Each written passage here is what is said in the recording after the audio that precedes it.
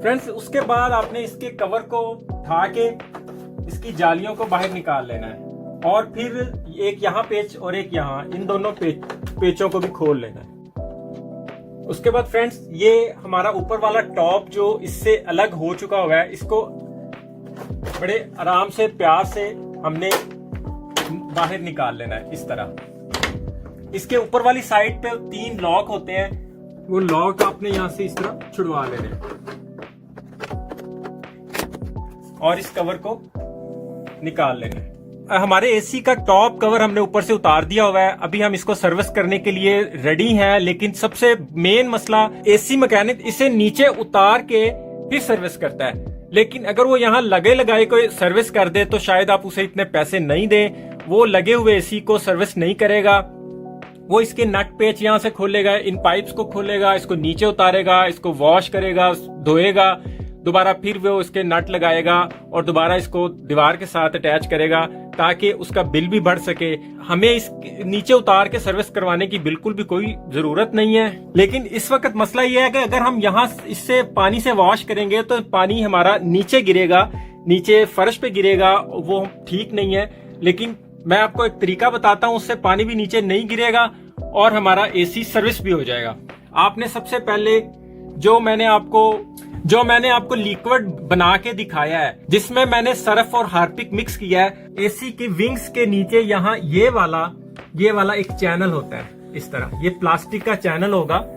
अगर तो आपका एसी बहुत गंदा है तो इसमें कुछ डस्ट वगैरह होगी तो हमें वो थोड़ा सा हार्पिक इसके अंदर डाल देना है, वो सर्फ और हार्पिक, जिससे ये चैनल अंदर से साफ हो जाएगा और हम जो भी पानी या लिक्विड जो भी इस जगह पे डालेंगे वो नीचे गिरने की बजाय इस चैनल में आएगा और इस चैनल के जरिए यहाँ से इस पाइप से जो आपका पानी जो एसी चलते वक्त जहाँ से पानी आउट करता है, आपने मेक श्योर कर लेना है पानी चैनल में निकल जाएगा, हमारा एक ड्रॉप भी नीचे नहीं गिरेगा और हम एसी को वॉश भी कर लेंगे। वही लिक्विड जो आपको बना के दिखाया है वो मैं थोड़ा सा इसमें डाल देता हूँ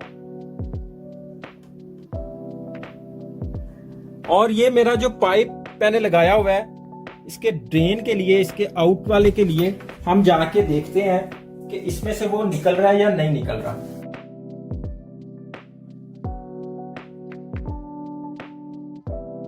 अगर नहीं आ रहा तो इसमें वही लिक्विड जो मैंने बना के दिखाया आपको, वो कुछ देर के लिए डाल के छोड़ दें तो ये पाइप ऑटोमेटिकली खुल जाएगा, खुद ब खुद खुल जाएगा। तो जब यहां से पानी आना शुरू हो जाए एसी की सफाई करना शुरू कर देंगे। तो फ्रेंड्स हम अपने वही वाले लिक्विड को एक अदद शावर बोतल में डाल लेंगे।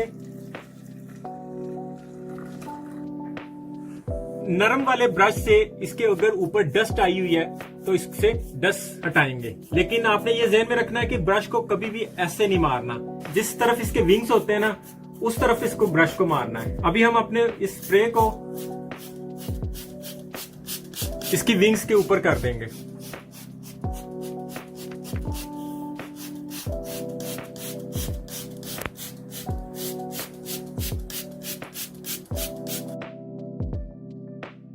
सर्फ में भी कास्टिक होता है जो इन विंग्स पे अप्लाई करने के बाद वो अपना रिएक्शन करता है और इन जालियों के अंदर जो भी डस्ट वगैरह होती है उसको उखाड़ता है और यही काम हार्पिक भी करता है। हार्पिक और सर्फ को मिक्स करके अगर हम इसमें अप्लाई करते हैं तो जालियां हमारी कुछ ही देर में बिल्कुल साफ, नीट एंड क्लीन हो जाएंगी और किसी एसी सर्विस वाले को पैसे देने की जरूरत नहीं पड़ेगी। और हमारा कोई भी आप देख रहे हैं एक ड्रॉप भी नीचे नहीं गिर रहा, इस चैनल के अंदर गिर रहा है। इस चैनल से पानी ऑटोमेटिकली पाइप के जरिए वॉशरूम में जा रहा है। आपने एहतियात करनी है कि ये आपका लिक्विड जो है इधर बिजली वाली तारों के ऊपर नहीं गिरे। फ्रेंड्स हमने इसे 10-15 मिनट के लिए छोड़ दिया था ताकि जो हमने केमिकल तैयार किया था वो इस पे अपना काम कर सके। अगर आपको इस टाइप का कोई ब्रश मिल जाए या इस टाइप का मिल जाए तो आप इसे ब्रश भी मार सकते हैं, इसमें फंसी हुई डस्ट वगैरह निकल जाती है इस तरह।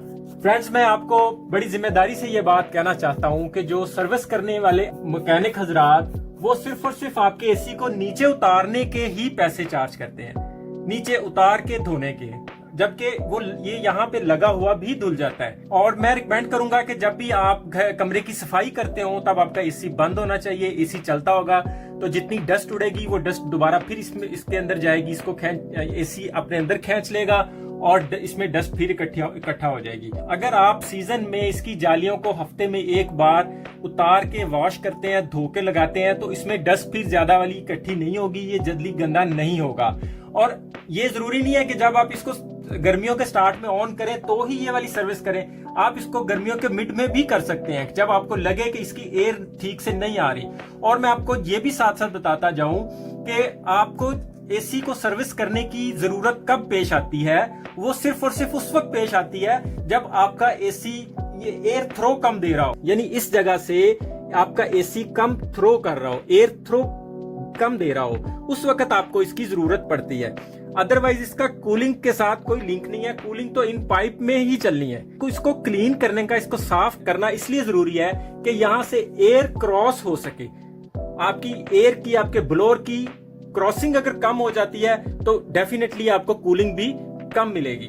सिर्फ इसलिए हम इसे साफ करते हैं। और जब इसमें से एयर की क्रॉसिंग अच्छी वाली होगी, बेहतर होगी, कमरे में कूलिंग होगी, तो ऑटोमेटिकली आपका एसी ट्रिप कर जाएगा, आई मीन टू से बंद हो जाएगा। और जब बंद हो जाएगा तो बिजली की भी बचत होगी। इसका आउटडोर कंप्रेसर लगा होता है, वो भी ट्रिप करेगा, वो भी बंद होगा, उसको भी सांस मिलेगा, और बिजली को, मीटर को भी सांस मिलेगा। और अगर आपका ये एसी साफ नहीं होगा तो आपका कमरा ठंडा नहीं होगा, और ठंडा नहीं होगा तो ये भी चल चल के पागल हो जाएगा। इसलिए इसकी सर्विस करना इसलिए जरूरी होती है। अब फ्रेंड्स, अब हमने इसमें वो केमिकल लगा दिया था, ब्रश भी मार दिया। मेरे केस में एसी इतना ज्यादा गंदा नहीं था, हो सकता है आपके केस में ज्यादा गंदा हो, आपको ज्यादा स्प्रे करना पड़े और इसको ज्यादा देर तक वो स्प्रे करके छोड़ना पड़े। और ब्रश आपने ये देख लें ध्यान से कि ब्रश को आपने विंग्स को गलत तरीके से साफ नहीं करना, वरना इस तरह बंद हो जाएंगी। हमें इस तरह विंग्स बंद नहीं करनी। इस तरह बंद हो जाती हैं तो ये इस चिमटी टाइप की चीज को लेके अपनी विंग्स को सीधा कर लें, क्योंकि यहां से एयर ब्लॉक हो जाएगी और फिर यहां से एयर क्रॉस नहीं करेगी। हम इसको इस तरह पानी एसी से नीचे नहीं गिरेगा, सारा पानी इस चैनल में आएगा और चैनल से पाइप के जरिए आउट हो जाएगा। बस एक एहतियात जो बहुत जरूरी है कि एकदम पानी नहीं डालना, क्योंकि चैनल की जगह थोड़ी है। चैनल में जो ग्रूव बना हुआ है, जो नाली बनी हुई है, वो इतनी ज्यादा वाली नहीं है, वो ज्यादा डीप नहीं है, इसलिए आपको पानी थोड़ा थोड़ा डालना है। एसी साफ करने वाले जो भी घर आएंगे आपके, वो आपको आके कहेंगे जी खुल के साफ हो जाता है, यहाँ पे लगा सही साफ नहीं होता। तो मैं आपको बता दूं कि यहाँ पे भी लगा बहुत अच्छे से साफ हो जाता है, और ये काम आप खुद कर सकते हैं। इसके नीचे कोई भी कपड़ा, कोई भी बाल्टी, कोई भी चीज रखने की जरूरत नहीं है, ये खुद ब खुद सारा पानी यहाँ से बाहर निकल जाएगा।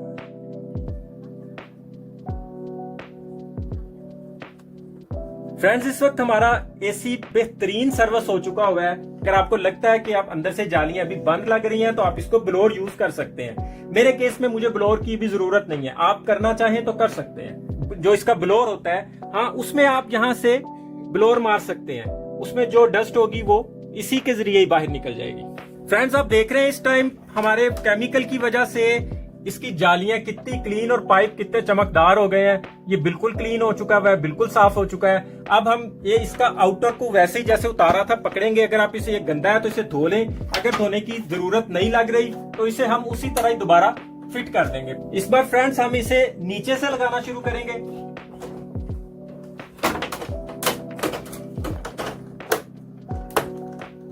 नीचे से जब ये बैठ जाए तो ऐसे ही इसे ऊपर की तरफ ले जाएंगे और इसे दबा देंगे।